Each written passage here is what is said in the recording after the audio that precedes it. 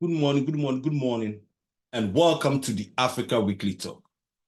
Today's subject on the docket is the 2024 Africa CEO Forum and Annual Summit that took place in Rwanda last week, where the host of the forum also had the opportunity to have a sit-down conversation with Africa's richest man, Nigeria's Aliko Dangote, and CEO of the Dangote Group, as well as France Total Energy CEO Patrick POUYANNE, where they talked about the state of Africa's business climate and its socio-economic development. So fellas, let's go ahead and hear what these two CEOs have to talk about with regards to Africa's business climate. And I'll come back and dissect this whole issue. So let's go ahead and hear what they have to say with regards to that, with regards to the issues that they have to go through as businessmen in Africa. And I'll come back and dissect this whole issue. So let's go ahead and hear what they have to say with regards to that. Okay, let's go ahead now. An African company, and we're proudly African, is to see what other, it's not only about petroleum products. Today, our polypropylene and our polyethylene will meet the entire demand of Africa today. We're doing, we're doing base oil, which is to do like engine oil. We're doing linear benzene, which is raw material to produce LAB, which is raw material to produce detergent. We have 1.4 billion people population. Nobody is producing that in Africa. So all our detergents are imported, the raw material. We are producing that raw material to make Africa self-sufficient. And as I said, give us 3, maximum 4 years, Africa will not, and I repeat, and you can challenge me, will not import any more fertilizer from anywhere. We'll make Africa self-sufficient in both potash, phosphate. Even if you don't have enough, there is a lot in Morocco, but we're also looking at the opportunities. Our urea, we're at 3 million tons. In the next 20 months, we will be at 6 million tons of urea, which is, I think, the entire capacity of Egypt. We're getting there, and I'm sure we'll make everybody proud. Fantastic. Mr. POUYANNE, we've got our leaders here from at least 3 African presidents. If you're being entirely honest, what's the most difficult bit about doing business here on the continent? Multiple geographies, multiple regulations, multiple taxes. Yeah, but in our business, we have to be local. Each country has its policy. I would say for Africa, what are the challenges? If I'm honest, first, security, but we are able to deal with it. So I would say we are accustomed in the Niger Delta to deal with it. So of course, it requires some specific things because for a CEO like me, of course, security of my people is of primary importance, so I have to, that's almost, but I would say that's the point. Then, of course, then it's finding talents in the continent. You have some countries like Nigeria, like Rwanda, where we can't find talents quite easily. Some of us have a difficulty of education. So I would say, and we can contribute to you to that as well by training people. It's part of what we bring. But I think that's the second point on which we need to invest collectively. And then sometimes, you have a sort of, it's life. So you love to debate. You love to open topics without closing them. So when in Nigeria, for example, we have been, since I am in the business, there is always a new legislation in Nigeria about the new petroleum law. So when you have a so in France we are accustomed, but we don't have oil and gas. In Nigeria, when you have a permanent debate, and it's difficult for investors who still look for the long term to know where we go. And in fact, it has been bad, to be honest, because reality, unfortunately, I think that Niger Delta is the most prolific part of West Africa. But when you look what happened, because if it's debate, there was not a single exploration well in Nigeria for 12 years. Last project we done it was Egina in 2014. So it's time now sometimes it's good to have debate, but then to settle the debate and then to put a framework on the table so that the investor can trust. And so I'm working hard, and I visited President Tinubu. I will come back again tomorrow to tell him, okay, look, we fixed the gas, no, we need to fix the water. So that's important to find the signal. There are countries which perfectly have integrate that. Angola, I will go to Angola and announce a very large project, $6 billion, beginning of the week, because there the framework is stable. So we know where we go. Mozambique, stable. Uganda, we had some debates in Uganda, which have been part of the problem. So I think that's important stability. Then I will say today, when I'm looking to our multi-energy strategy, we want to invest in electricity, which is another electric energy. It's more local.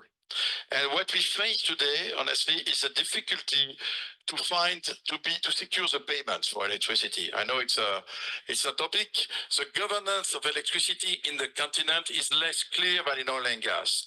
And I think we need to make an effort. And everybody thinks that renewable is good for Africa because you have sun, you have wind, etc. But in fact, we need to put some right framework. And know when I'm attending the AEA against forum to speak about Africa, I tell them, look, what we need today is not words. We need actions from the World Bank or this institution to put a guarantee scheme in place. We just want to guarantee to secure.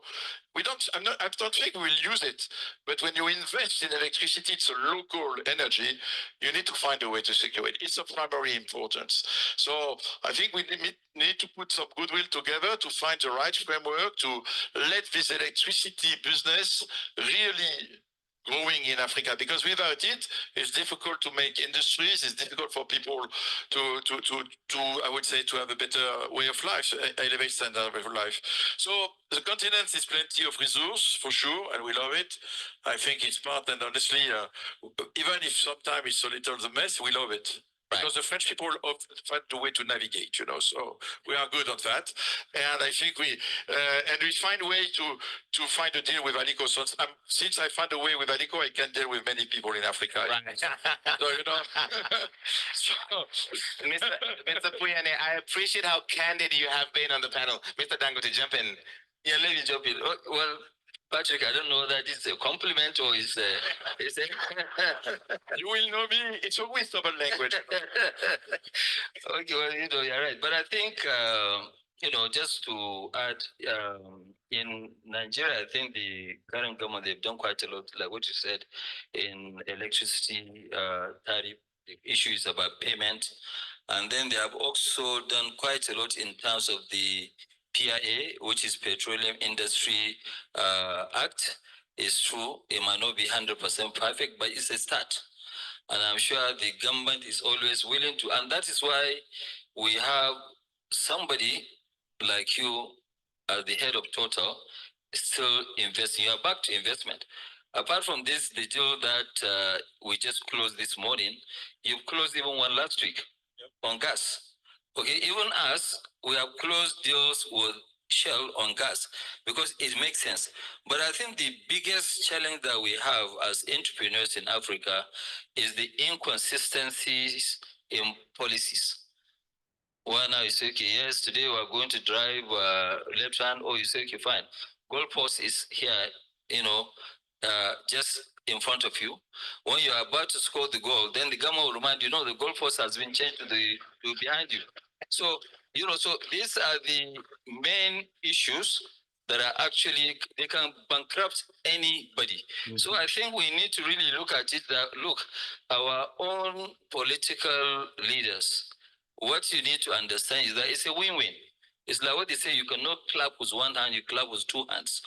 Now, I was telling somebody was talking about, you people are making too much money in cement, blah, blah, blah. Then later on, I reminded the person that, look, go and check our figures.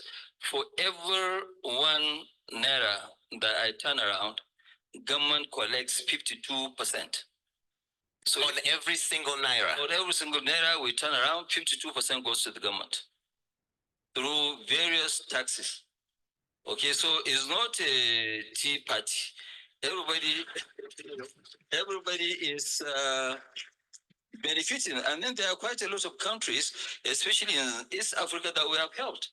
when we went to East Africa 10 years ago or 9 years ago, when we were building our own cement plants, we were paying $230 per ton. Okay, but after our plant, the price dropped to even as low as 65. You know, so there are quite a lot of benefits, not only to the countries, but to also the citizens of those countries. We've created jobs in the same Patrick is saying, yes, we lack skills. In the refinery we built, we had at a point 67,000 workers, but 35,000 workers from Nigeria have actually been trained, and I can assure you by the time we finish the project, they are better fitters, welders than the people we brought from India and other countries. That's good. Well certified. Right. We are delaying the president. So Just one last word. In fact, I want to tell you that there are also very good examples of governance in Africa. It's here in Rwanda. You have a country which is really, for me, since I discovered it, I came first with my family to visit the country, and it was extraordinary to see this country without a lot of natural resource is able, because of a vision and a clear leader, without moving the target, like you said, you managed to have an incredible development. So I think we can praise President Kagame for that.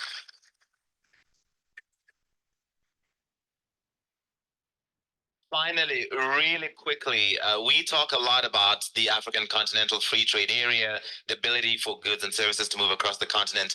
Mr. Dangote, you have previously complained about the difficulty of traveling on a Nigerian passport across the continent. Has it become easier?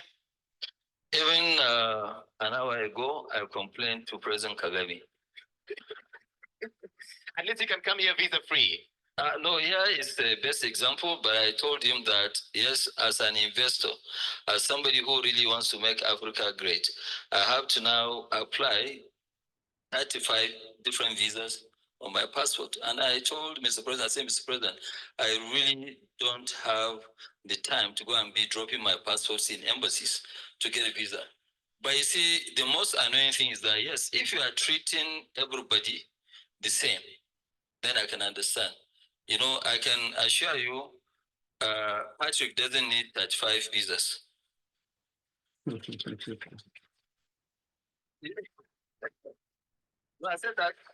What I'm saying, you don't need 35 visas on a French passport. You don't need 35 visas on French passport. No. But, you know, so which means you have a freer movement than myself in Africa. Yeah, but you have, I remember that there are 3 countries, Uganda, Kenya, and Rwanda. You have 1 visa for the free when you are a tourist. This is true. But I've done it. So it's good. So you can expand it. It's a question of will. But I think all what is moving on about community between Africa, it's of the African leaders to decide, will be good for Africa. Yes, but it will change. And what I keep saying, right now, our main job is to make sure the regional markets, they all work. Okay? Once they work, then we can now go to AFCTA. But the AFCTA also, we need to make sure that it works. We cannot have a very, very promising continent and our intra-trade is less than 16%. Okay, so we Africans will have to do it. If we are waiting for foreigners to come and do it, both the development of Africa, it's not going to happen.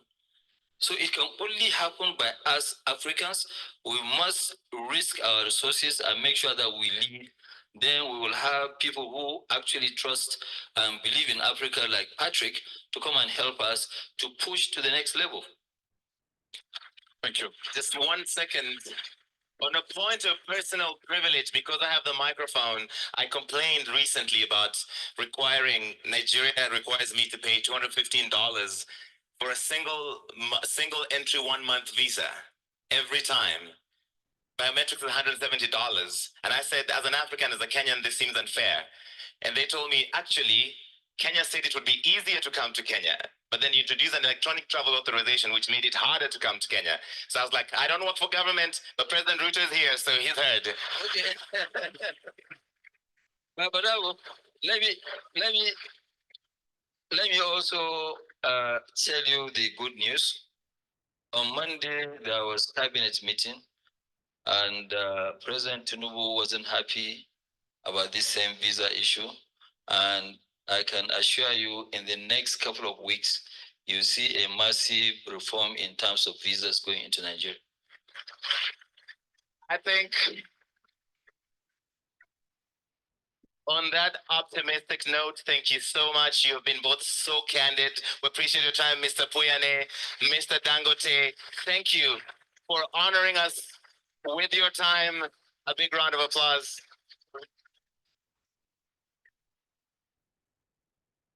All right, fellas. So now, all right, fellas. So now you have it.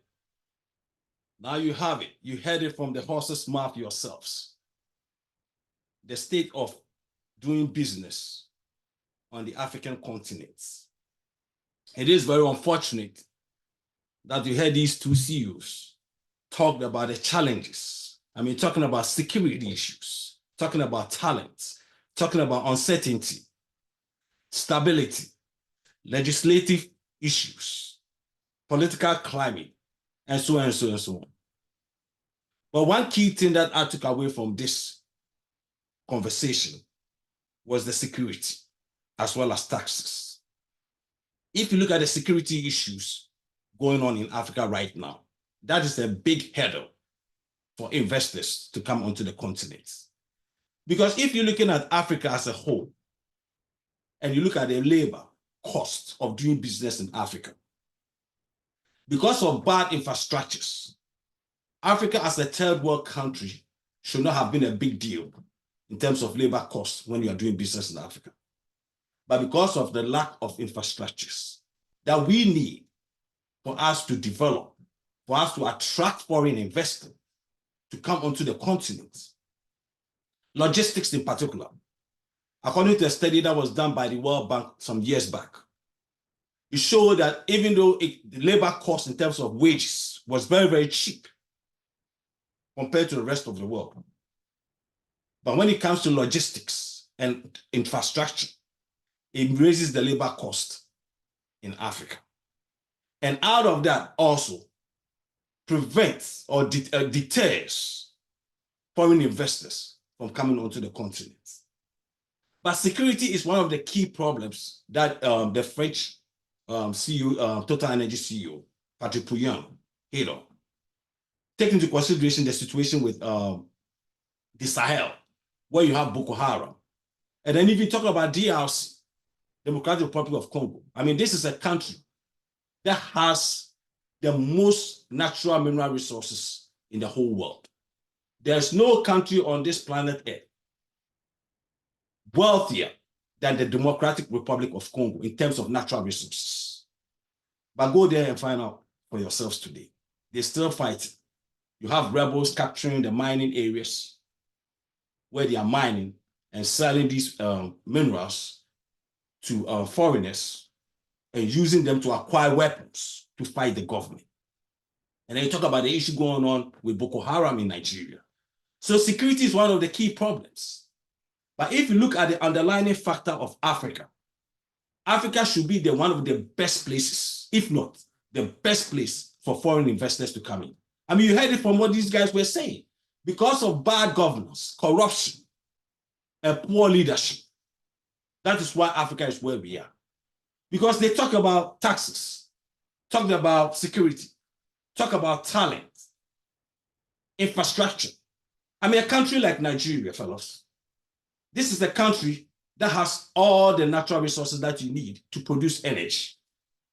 I mean, you're talking about crude oil, gas, lithium, and other resources. So how can a country like Nigeria have to have electricity problem in that country, other than bad governance? That's what they're talking about 50 years ago. Nigeria have been going through this problem for how long? How long? 50 years. Talking about energy problems. But Nigerian government, because of selfish government, because of corrupt government, because of the crony capitalists in that country going back 50 years ago, who never wanted Nigeria to be energy independent, but rather to use the Nigerian energy industry to enrich themselves, thereby relying on importation of petroleum products. Nigeria shouldn't have to wait for Dangote to come and build a refinery in Nigeria. Nigeria could have built a refinery 50 years ago. They had the money, they had the resources to do it. But like I stated earlier also, because of corrupt governments and enriching their crony capitalist friends, thereby importing petroleum products was a way of doing good business for their crony capitalists and family businesses. So they never will allow refineries in Nigeria, because when they build the refineries, that means that is going to cease the importation of petroleum products, especially gasoline, from Europe.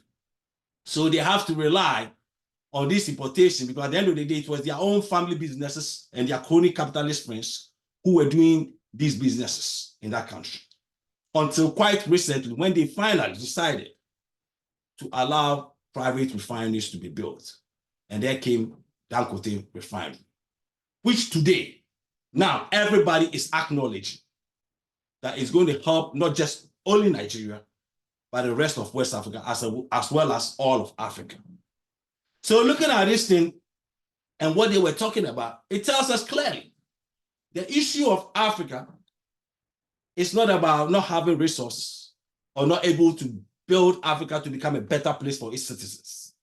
It's about poor governance, bad government policies, the political climate, where these crony capitalists who are in bed with their crony political friends in government agencies, who do everything to prevent well-meaning citizens who want to do good for their countries, like people like Dangote.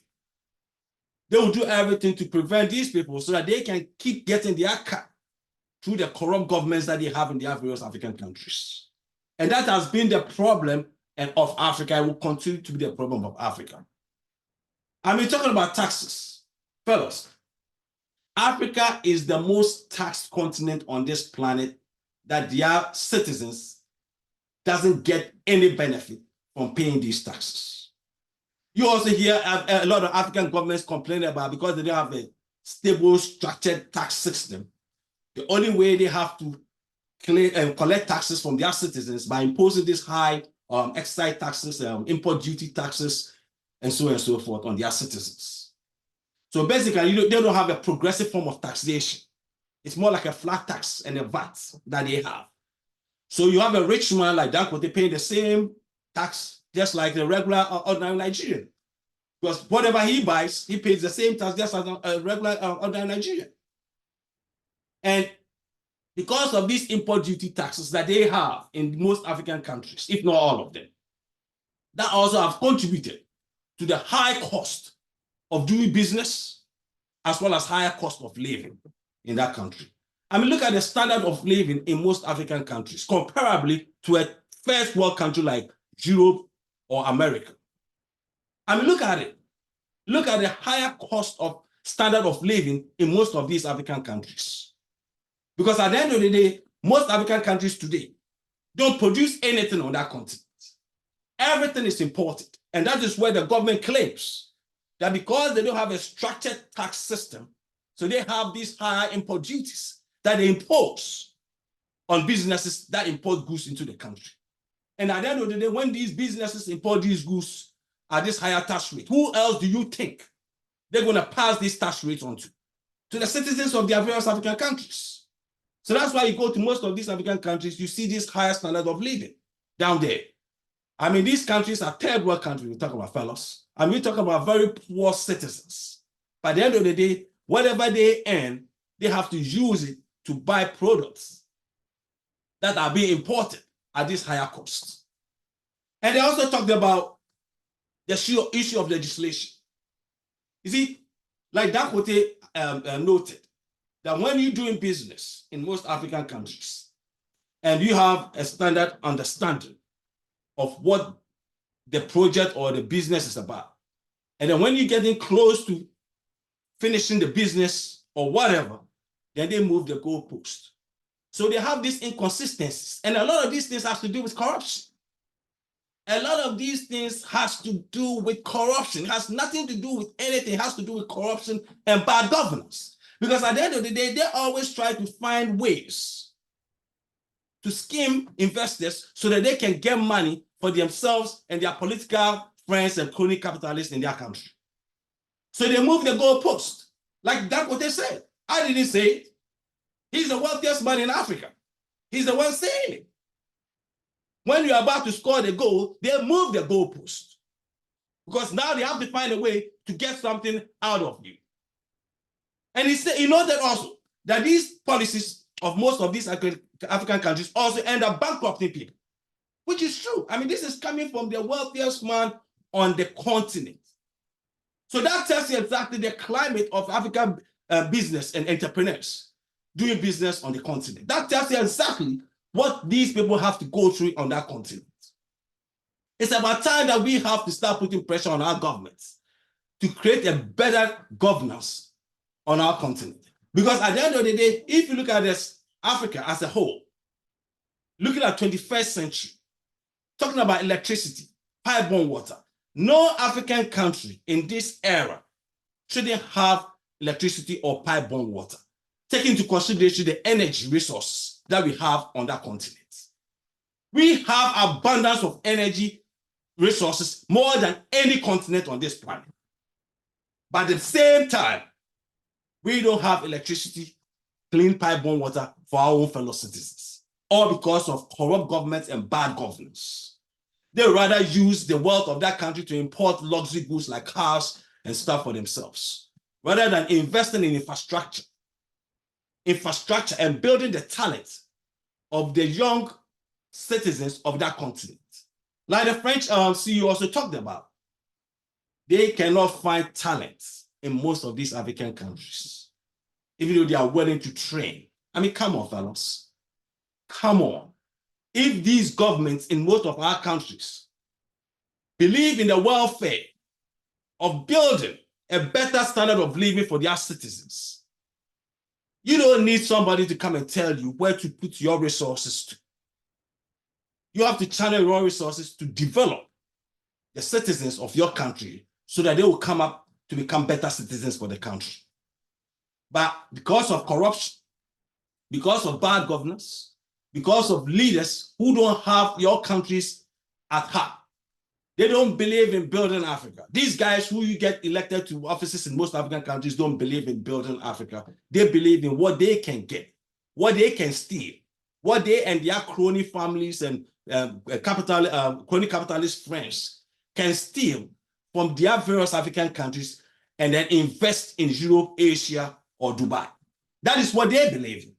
They don't believe in helping building a better Africa for African citizens. That is the saddest truth, fellas. That is the saddest truth. This is the problem Africa faces. Africa's problem is not having resources to become better.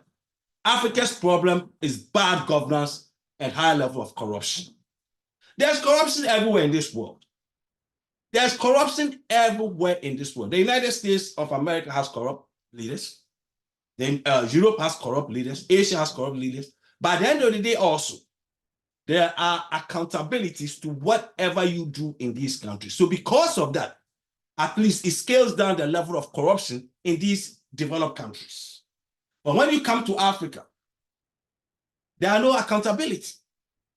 So at the end of the day, you have these corrupt governments connive with some of these even foreign companies to loot and steal the resources of their various African countries.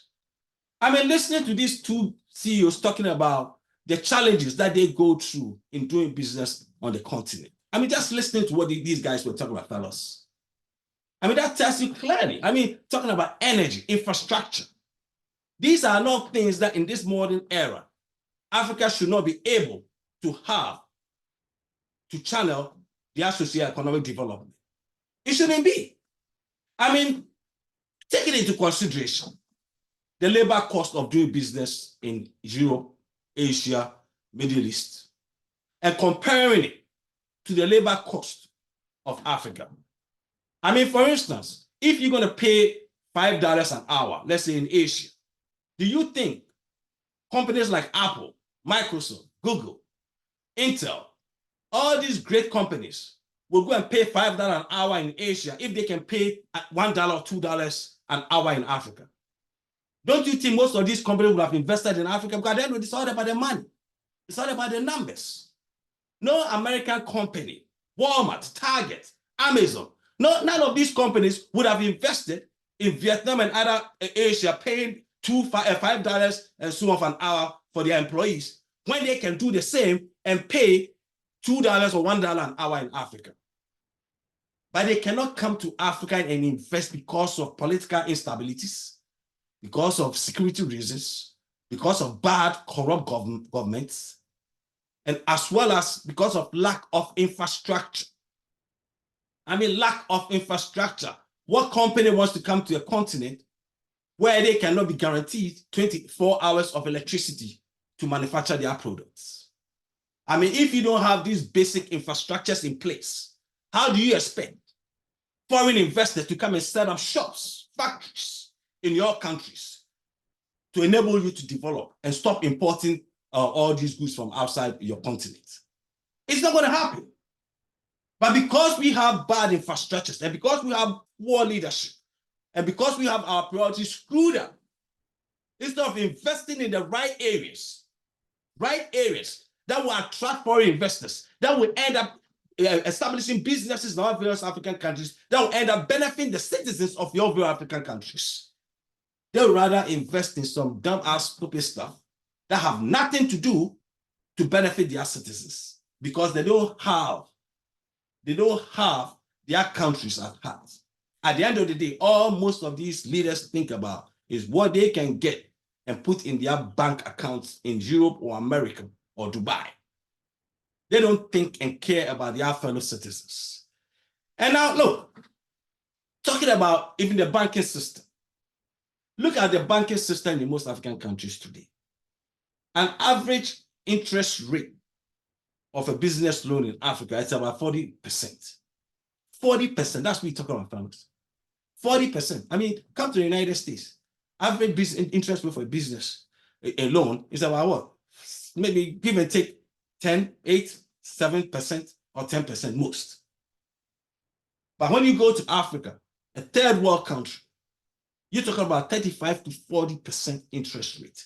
Now, if you're a business in Africa and you're going to invest and you have to go and take a loan from a bank that you have to pay 35 to 40% interest. I mean, fellows, give me a break. How much are you going to sell that product on that continent to make your money and be able to pay that loan back?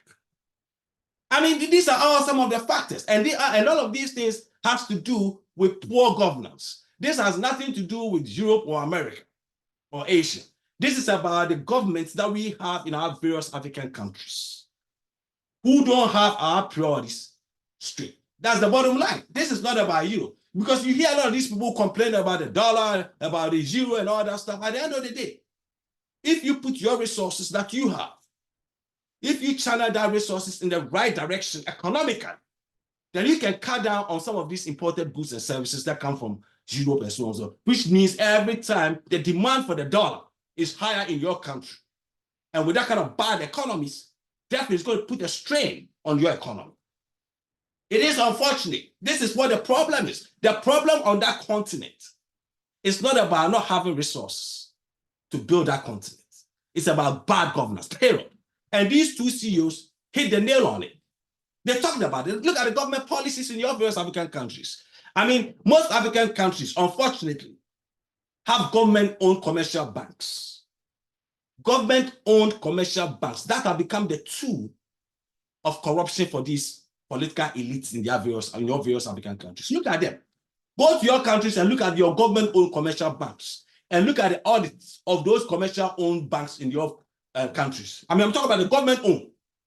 I don't even know why a government has to own a commercial bank. I don't even know why. But you guys have them in your country because of corruption.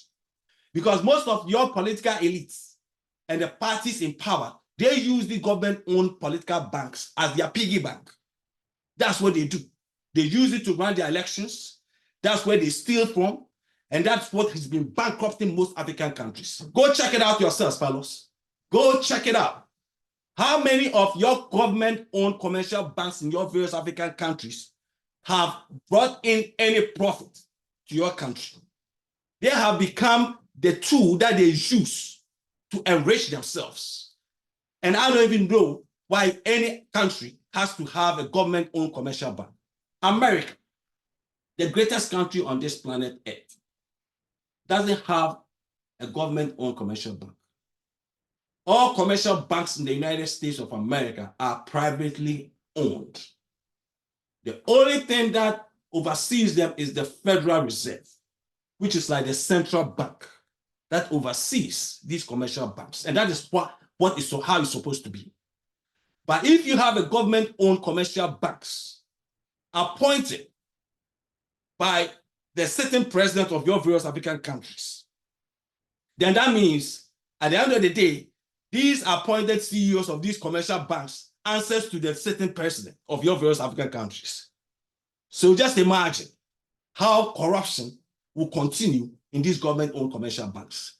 They are the worst investments that African countries have ever had on that continent is government-owned commercial banks, because they have become the tool that these corrupt politicians use to enrich themselves and enrich their crony capitalist friends. I know what I'm talking about, fellows.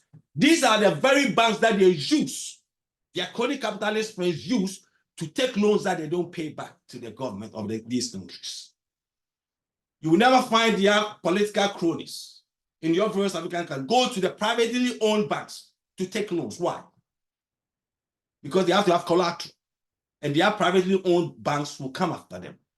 But they always go to the government-owned commercial banks because at the end of the day, those politically connected can always get away with it. And that is what has been crippling most African countries. Check it out yourselves, fellows. Look at all your government-owned commercial banks in your various African countries, and you understand exactly what I'm talking about. They are the most corrupt part of your economies. They are the ones who have really damaged most African economies on the continent. It's the government-owned commercial banks. And it's about time they do away with it, but they will never do away with it. But that is because that is what they eat, and that's how they eat from. That's where they steal. That's how they loot your money. So they will always keep those government-owned commercial banks to enrich themselves and their crony capitalist friends in your various African countries. Check it out yourselves, and you know what I'm talking about. Because it's a shame. It's a shame. I mean, we have talent in some countries, like the CEO said. You can find all kinds of talent in Nigeria. You can find all kinds of talent in that country. By the end of the day, but because of bad governance, all these talents are going waste. All these people have to leave that country and use their talent somewhere else, which is the brain drain that we will continue to face. And I don't blame anybody, because if you live on a continent and you live in a country where the system is corrupt, where the leaders of that country are looting the resources of their country to benefit themselves and their crony capitalist friends and family businesses, what else do you expect the talent of your country to do? They're going to move somewhere else to find a better life there. And that is what most of these talented Nigerians and other Africans are leaving the continent to settle in Europe, America, and so on and so forth. And that is what they have to do. Because at the end of the day, they live in a system that is corrupt. They live in a system that unfortunately has not set the structures or the framework for them to tap into to become better for their own fellow country. At the end of the day, you don't need to ask government to do much for you. What citizens ask of government is to set the framework, to channel them, for them to follow that channel, to use the infrastructures that have already been established by the government, for them to tap into it to help build and develop their countries. That is what you find in America. That is what we find in Asia, in developed countries in Asia like Japan. That is what you find in Europe, because it is the infrastructures that the government have established that the citizens tap into it. You see, most people don't understand this, but let me say this and make it clear. To become a developed country and you're economically viable and to build prosperity, it doesn't take only the wealthy to make a country better. At the end of the day, great nations like the United States of America are wealthy because of the middle class and the lower class citizens of this great country. It's not because of the rich, ultra rich people in America that makes this country great. It is the ordinary citizens in conjunction with the wealthy that makes America great. And why am I saying that? The richest man on this planet is who? Elon Musk. Elon Musk was born in South Africa, went to Canada, left Canada, and came to America. With all his talent, do any of you believe that Elon Musk would have been able to be what he is today if he had stayed in South Africa? He couldn't. He might have been somebody, might have done something, but to the level that he is right now in the United States of America, I can bet my life on it. He could never have been in South Africa. And that shows you clearly the differences between good governance and good infrastructure in a country and a country with bad governance and bad infrastructure framework. Because at the end of the day, with his talent, it was the United States of America that gave him the opportunity to use that talent, to tap into that talent to become what he is today. That is why the United States of America will always be the greatest country on this planet. America will always be the greatest country on this planet because of the opportunities that it gives people, regardless of where you come from. I mean, going back hundreds of years ago, Henry Ford, the founder of Ford Motors, said, if you build a car, when he built the Model T Ford, and said that, paraphrase what he said, that if the factory workers, the very people who put this car on the assembly line together and puts it in the showrooms for Americans to buy, cannot afford to buy that car, then we haven't done anything. That is not progressive. You have to be able to build a product that the very people who use their toil and hard work to build it have to be able to also afford to buy that Model T car.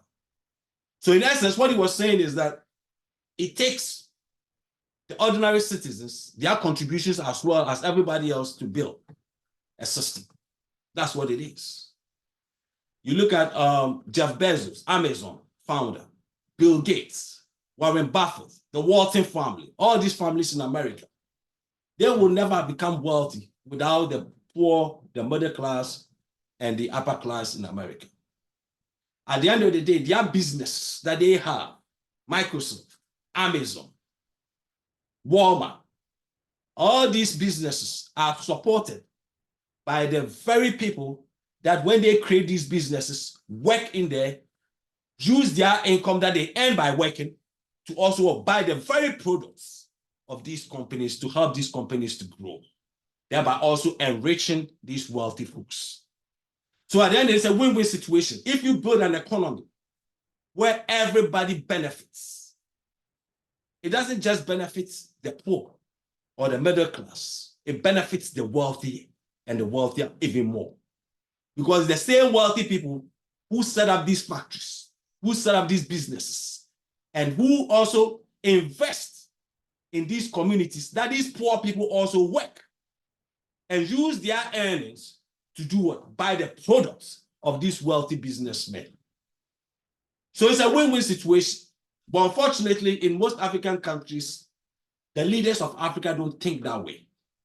They rather prefer to see their citizens to live in a certain level so that they can always see themselves to be at the top whilst everybody else at the bottom. They love them. They don't even have the sense to understand how economies work. That when everybody benefits from an economy, everybody also becomes rich, and it enriches the wealthier more. So at the end of the day, if you build a system where the poor benefit from it, when the poor and the middle class also benefit from it, it's not just the poor and the middle class benefiting from it, but also the ultra wealthy also benefit most from that. And that is what some people call distribution of wealth. I don't like to use that term, distribution of wealth. But in a great system, distribution of wealth works naturally. I don't believe in government distributing wealth, but I believe in government setting the framework, the foundation for businesses to tap in it, so that the private investors and businesses will use that infrastructure to build and develop a country, so that whatever they develop will also touch the poor and the middle class in that country, thereby becoming same as distribution of wealth, but through the private system that has been established by the private investors in that country. So fellas, I mean, you heard these two CEOs talk about these issues. I mean, I know one key issue he talked about was security. You know, security. Unfortunately, you have some of these countries where most of these political leaders use tribalism, religionism to create insecurity, instability in their areas just to win elections. Just to win elections. You go to Nigeria and you see some of this tribalism going on down there. And some of these things are spooked by politicians just to use divide and conquer tactics to get it into office. So when you have politicians who even engage in that kind of stuff, how in the world do you think that these people have a better insight for the welfare of their citizens in the African countries? They don't. You cannot have a politician who believes in using tribalism, religionism to get into office and to think that that politician has the country at heart. He doesn't. That's a selfish politician. And unfortunately, most of you guys follow these people.